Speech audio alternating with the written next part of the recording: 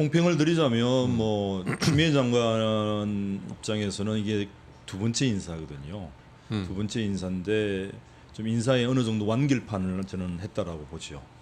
그리고 상당히 방향이라든지 뭐랄까 어떤 정도 이게 어느 정도로 이제 지켜야 될 부분이 있을 건데 그 부분은 아주 정치하게 잘 하신 거라고 저는 평가를 합니다.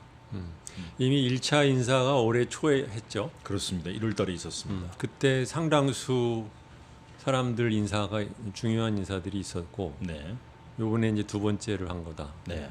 보면은 어떤 면에서 어떤 게 눈에 띄던가요? 아무래도 이제 사실 이 부분에 대해서 여러 가지 뭐 몇몇 언론과 또 비판적인 또 정치권에서는 뭐 날을 세우고 있습니다만 사실은 그것은 좀 정치적인 공격을 위한 좀 일종의 뭐 레토릭이라 할까요? 저는 그렇게 생각을 하고요. 실제로는 검찰 내부의 분위기를 듣자면 작년 7월에 검찰총장이 윤석열 총장이 취임하고 난 직후에 인사가 있었거든요. 그렇죠. 그 당시의 인사는 검찰총장의 안을 거의 100% 거의 가깝게 받아들인 인사였어요. 사실 그 인사에 대한 문제점을 상당히 검찰 내에서는 많이 지적을 했거든요. 주요 내용이 이제 주로 특수부 사람들 위주로 인사를 했다. 뭐 그렇죠. 그런 얘기죠. 심지어는 대검 공안부장에도 특수부 출신을 앉힐 정도였으니까 지금 제주지검장으로 가 있는 박찬호 검사장 같은 경우가 그런데 공안부뿐만 아니고 일반 뭐 형사부, 공판부 출신 검사들 입장에서 상당히 불만이 높았죠. 그래서 작년 7월 인사가 있고 나서 검찰 내부에서 상당수가 사퇴를 했어요. 검찰 간부들이. 그건 뭐냐면 집단적인 반발이었죠. 일종의. 이게 특수부 위주로 넘어간다. 그 심지어는 검찰 간부들이 저한테 전화를 해서 하소연을 한 경우도 있었어요. 이렇게 해도 되는 거냐. 이건 너무 심하다. 그때는 황희석 위원이 법무부에 있을 때였죠. 네. 뭐 제가 인사에 관여를 하지 않으니까 저한테 이제 뭐 얘기를 해봐야 소용은 없겠지만 소위 이제 정부에서 이건 알아야 된다. 이 정도 이 문제점을 알고 있어야 된다라는 차원에서 좀 불만을 전달하기 위한 뭐 의도가 아니었겠는가 생각을 합니다. 그게 지금 딱 1년 전 얘기인가요? 딱 1년 전입니다. 그때 지금 무렵에 상당수의 검사들이 사퇴를 했죠. 상당히 많습니다. 거의 한 7, 80명 넘을 겁니다.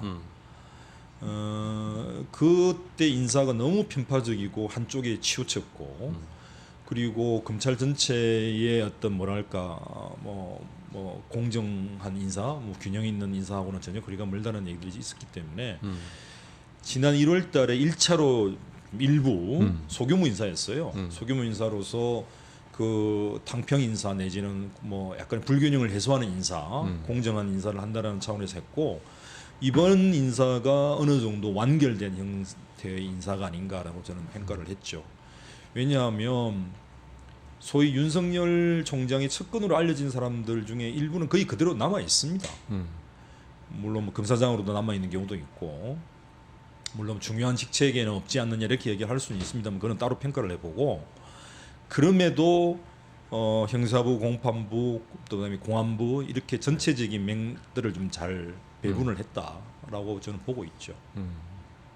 그리고 앞으로 이제 검찰이 직접 수사를 계속적으로 줄여 나가는 상황이기 때문에 그에 맞춰서 직접 수사 부서 위주보다는 형사부나 공판부처럼 직접 수사를 하지 않는 부서 위주로 편제를 해 나가는 것은 당연한 것이기도 하고요. 네. 그래서 제가 볼 땐 전체적으로 굉장히 좋은 방향으로 그리고 잘 짜진 인사다. 인사라고 하면 이제 보통은 원래는 이제 조직의 변경이 있고 그다음에 이제 보직의 변경이 있는데 네. 조직의 변경은 없었나요? 이번에 조직의 변경은 없었어요. 그거는 이제 검찰청 사무기구에 관한 규정이라고 해서 대통령령으로 정하는 건데 이번에 그 대통령령까지 손을 댄 건 아니고요. 네. 다만 인사를 하면서 장관께서 직접 발표하신 건 아니지만 전체적으로 신문에 알려진 것이라든지 뭐 보도 자료에 밝혀진 바에 의하면 앞으로 조직에 좀 변경이 불가피하다라고 판단을 하고 있다는 그런 뉘앙스는 보입니다. 그럼 앞으로 조직을 좀 바꿀 수도 있다. 실제로는 바꿔야 되죠. 그래야겠죠. 예. 네. 아직까지- 바꿔야 된다면 우선 어떤 것들을 바꿔야 된다고 생각하나요? 제가 보기엔 크게 두 가지라고 보는데 첫 번째는 직접 수사 부서를 많이 더 줄여야 됩니다. 특수부 예. 위주의 부서를 대폭 줄여야 되고 이것은 또 한편에서는 검찰의 직접 수사 개시 범위를 최근에 뭐 대통령령으로 정하려고 하는 그런 움직임이 있는데 그 과정에서도 이게 반영이 되어야 되는 거거든요. 네. 그런 권한의 축소가 조직의 축소로 이어져야 되고 조직의 축소가 결국 인력의 축소라든지 보직의 문제로 변동도 이루어져야 되기 때문에 지금 일단은 간단한 인사를 통해서 보직 변경만 했습니다만 다음에는 조직의 변경도 불가피하다라고 보는 거죠. 그럼 그 첫 번째는 제가 볼 때는 직접 수사 부서는 최대한 줄여야 된다. 두 번째는 지금 이번에도 좀 뭐 타겟이 될 거라고 봅니다만 앞으로 조직 변경해서 대검의 수사 정보 취합 기능을 어떻게 폐지를 해야 됩니다. 무슨 정보기획관인가 뭐 그런 게 있다면서요? 그렇습니다. 검찰이 그러니까 아직도 이게 국정원 노릇하거나 순사 노릇을 하겠다라는 이 발상이거든요. 그렇죠. 그러니까 검찰은 기본적으로 법률가 집단이 돼야 되는 거고 수사기관이라든지 기타 이런 부분에 대해서 오히려 인권 감독을 한다거나 법률을 위반하는 것에 대해서 일종의 제재를 하거나 그런 기능들을 해야 되는데 우리나라에서는 오히려 자기들이 실제로 칼을 빼들고 설치겠다라고 하는 거죠. 그러니까 그것의 가장 큰 출발점이 뭐냐면 범죄 정보거든요. 네. 그 범죄 정보를 대검에서 전체적으로 전국적으로 관리하는 집단이 있습니다. 그게 지금은 수사정보 담당관, 정책관 이렇게 돼 있죠.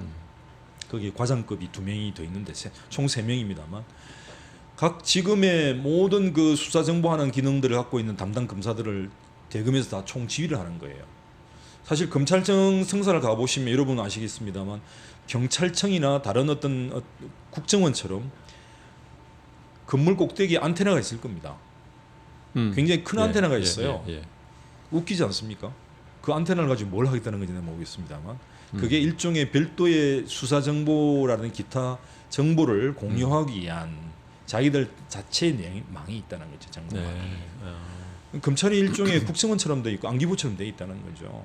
이거는 시대적인 흐름과 뒤떨어진 것이고 문명과도 일치하지 않은 거다. 제가 뭐 혹자는 제가 지난번 어디 가서 그런 행위를 했습니다만 문명에 반하는 행위죠. 이거 정확하게 얘기하면. 그래서 검찰의 수사 정보에 대한 기능은 폐지시키는 게 맞다. 그렇게 보죠.